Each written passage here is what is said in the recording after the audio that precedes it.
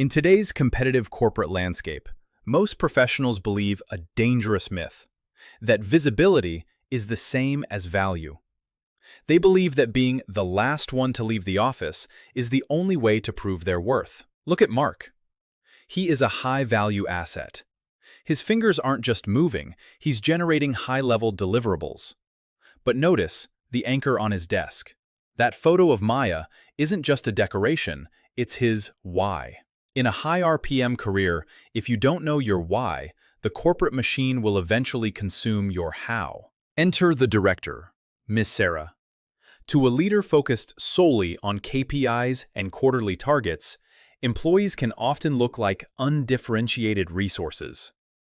When she points to Saturday and Sunday on that calendar, she isn't just asking for time, she is testing a boundary. You can see the internal conflict in Mark's eyes. This is the moment where most people fold. They feel the weight of performance anxiety and sacrifice their personal life to satisfy a temporary project deadline.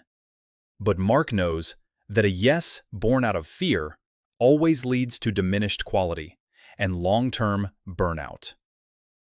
At home, the stakes become visible. For Maya, the weekend isn't a slot in a schedule, it's a promise. When Mark sits at that dinner table, distracted by his phone, he is experiencing the presence gap. He is physically there, but his mental bandwidth is still trapped in the office. This is the hidden cost of failing to set professional boundaries. You become a stranger in your own home. Back in the office, the pressure intensifies. The weekend project folder hits the desk. Most employees see this as an order. Mark? He sees it as a negotiation. Watch his body language. He doesn't look away. He doesn't apologize. He gently pushes the file back. This is strategic clarity. He isn't refusing the work. He is protecting the integrity of the output. I understand the urgency of this project. However, to ensure this meets our quality standards, I will prioritize this first thing Monday and have the final executive summary on your desk by Tuesday morning. Miss Sarah is surprised. Why? Because she's used to task takers. But Mark is acting like a strategic partner. He gestures to his screen, showing that his current work is already ahead of schedule. He isn't asking for permission to be lazy. He is offering a superior solution. In that silence, the power dynamic shifts.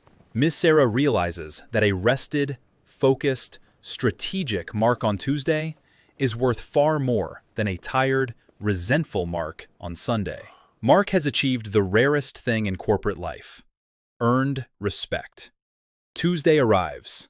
Because Mark protected his weekend, he returns as a whirlwind of productivity. He isn't just working, he is leading. He delivers the project, and it is flawless.